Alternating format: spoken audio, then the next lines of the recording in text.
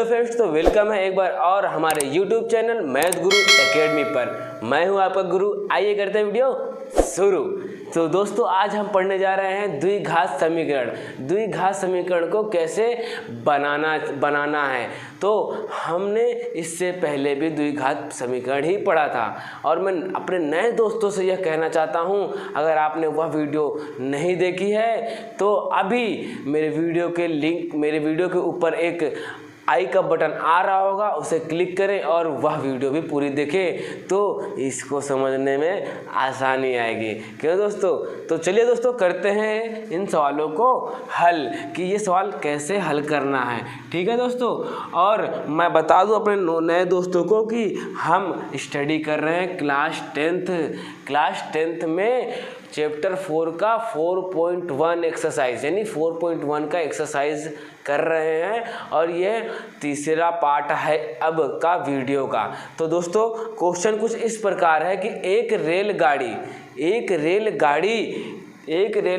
480 kilometre की दूरी समान चाल से तय करती है।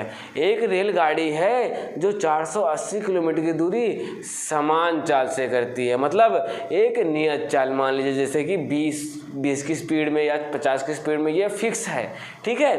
अब यदि इसकी चाल 8 किलोमीटर कम कर दी जाए, 8 किलोमीटर प्रति घंटा कम कर दी जाए, तो इसी दूरी को तय करने में 3 घंटे अधिक लेती है। तो इसी दूरी को तय करने में 3 घंटे अधिक लेती है और बताना है कि रेलगाड़ी की एक्चुअल चाल है कितनी। तो दोस्तों, ऐसे क्वेश्चनों को करने से पहले आपको इन क्वेश्चनों को ढंग से पढ़ना है और एक बार खुद में ऑब्जर्वेशन करना है कि क्वेश्चन में पूछा क्या गया है। अगर क्वेश्चन में पूछा क्या गया है, अगर वो आपको पता चल जाए तो आपको समझ में आ जाएगा निकालना क्या है। ठीक है दोस्तों, और बता दूं कि यहाँ बात की जा रही है चाल, दूरी, समय के बारे में, यानी इसमें फार्मूला तो लग जाएगा सीधे कि चाल बराबर दूरी बटे समय। तो इतनी बात तो आपको समझ में आ रही है। तो करते हैं वीडियो शुरू।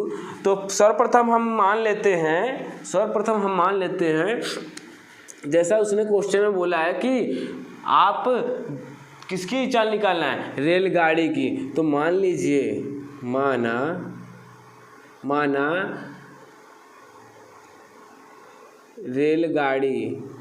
माना रेलगाड़ी की चाल। ठीक है दोस्तों, रेलगाड़ी की चाल मान लीजिए, क्या मानेंगे, x मान लीजिए, और चाल है x, तो किलोमीटर प्रति आवर तो लगाना पड़ेगा ना, मात्रक, तो लगा लीजिए।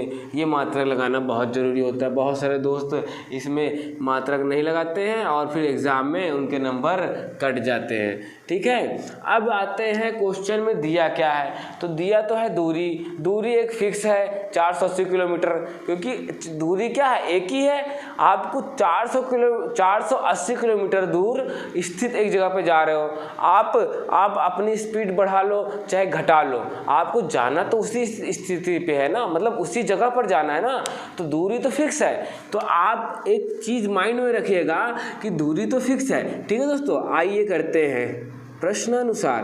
अब प्रश्नानुसार का मतलब क्या होता है दोस्तों? बहुत सारे दोस्त हमारे जो हैं बोलते हैं कि ये सब क्या लिखवाते हैं प्रश्नानुसार। तो प्रश्नानुसार का मतलब ये होता है दोस्तों कि प्रश्न के अनुसार जो प्रश्न में पूछा गया है, हम बस उसी को ही आंख बंद करके लिखते चलिए, कोई प्रॉब्लम नहीं होगा। आंख बंद करके लिखते चलिए, मतलब आप बिना सोचे समझे जो प्रश्न कह रहा है उसको लिखते रहिए। आपका एक ऐसा समीकरण बनेगा जिससे को आप हल करके एक आंसर ले आएंगे। ठीक है दोस्तों, तो आपको आंख बंद करके बस उठानी है पेन और चलानी है पेन को। ठीक है।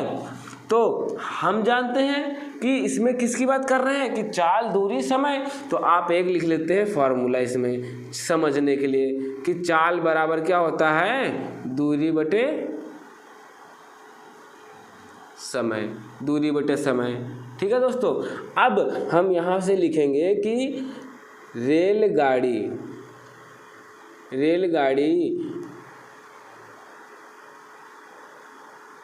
में 480 किलोमीटर दूरी तय करने में लगा समय। हम समय निकाल लेते हैं दोस्तों, क्योंकि हमें दो चीज़ें तो मालूम ही है ना, हमें चाल मालूम है और दूरी मालूम है। दूरी कितनी है 480 किलोमीटर, और चाल क्या है, आपने चाल तो मानी हुई है ना x, तो यहाँ से हम समय निकाल लेते हैं। समय निकाल लेंगे तो शायद हो सकता है कुछ सॉल्व करने में आसानी आ जाए। तो समय निकाल लीजिए दोस्तों, तो समय निकाल लेते हैं। समय बराबर क्या हो जाएगा, दूरी कितनी थी 480 किलोमीटर लिख लेते हैं, और समय यहाँ आ गया है, तो चाल कहाँ पे आ जाएगा, नीचे, और चाल कितनी थी x। बस आपका बना लीजिए यहाँ पे समीकरण 1। कोई दिक्कत दोस्तों। अब आते हैं कि बोल रहा है कि इसी चाल में हम 8 किलोमीटर घंटा कम कर दें तो उसका जो टाइमिंग है वह 3 घंटे अधिक हो जाती है, 3 घंटे अधिक हो जाती है। तो बस आप लिख लेंगे एक बार और कि रेलगाड़ी की चाल बढ़ाने पर,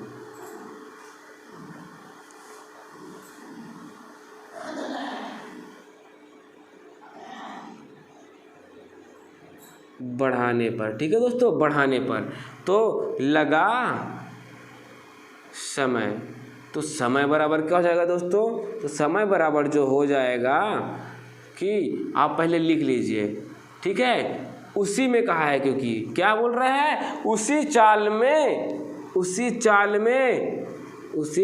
में 8 घंटे क्या कर देंगे, घटाने पर, यानी 8 घंटे यानी 8 किलोमीटर प्रति आवर कम करने पर उसका समय बढ़ जाता है। कितना, 3 घंटे बढ़ जाते हैं। इतनी बात समझ में आ रही है दोस्तों, ये 3 घंटे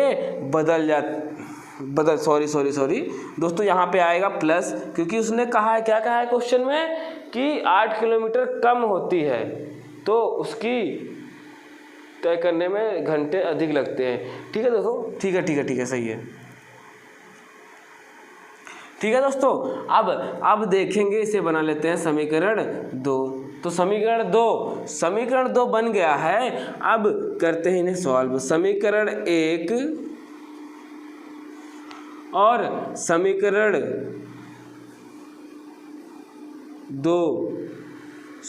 समीकरण 2 यानी समीकरण 1 और समीकरण 2 को घटाने पर लिख लेते हैं। घटाने पर बस कुछ भी नहीं करना है, घटा देंगे। और घटा के, और क्योंकि देख लीजिए, अगर घटाएंगे तो हो सकता है समय से समय कट जाएगा, आपके पास ये राशियां बचेंगी, इसलिए हम घटा रहे हैं। तो आप मुझे ये बताइए दोस्तों कि इसमें से बड़ा कौन है। तो समय, इसमें देखिए ये भी समय है, ये भी समय है, लेकिन इसमें 3 प्लस कर रहा है ना दोस्तों, तो बड़ा कौन सा हुआ, ये बड़ा हुआ। तो आप पहले किसको लिख लेंगे, समय +3 माइनस समय। ठीक है दोस्तों, अब इसको आपने पहले लिखा है तो इसको भी आप पहले ही लिखेंगे, तो लिख लीजिए। और 480/x। ठीक है दोस्तों, अब आप लोगों में से कई लोगों ने सोचा होगा कि हमने इधर का पक्ष क्यों घटाया है और इधर का पक्ष क्यों घटाया है। दोस्तों, हमेशा कभी भी बराबर का अगर आप ऐसे घटा रहे हैं तो लेफ्ट हैंड साइड से घटेगा। सॉरी दोस्तों, क्या है, मुझे सर्दी हो गया इसलिए थोड़ा प्रॉब्लम हो रही है। तो लेफ्ट हैंड साइड से घटेगा और राइट हैंड के साइड से ही घटेगा। तो हमने सबसे बड़ी संख्या ये मानी थी, तो ये पहले इसको लिखा, फिर समय था, समय से इसको घटा दिया। उसके बाद राइट हैंड साइड में सबसे पहले हमने यही लिखा था, तो इसमें भी हमने पहले इसको लिखना पड़ेगा, यानी 480/x - 8 लिखना पड़ेगा। उसके बाद आप लिख सकते हैं 480/x लिख लिया।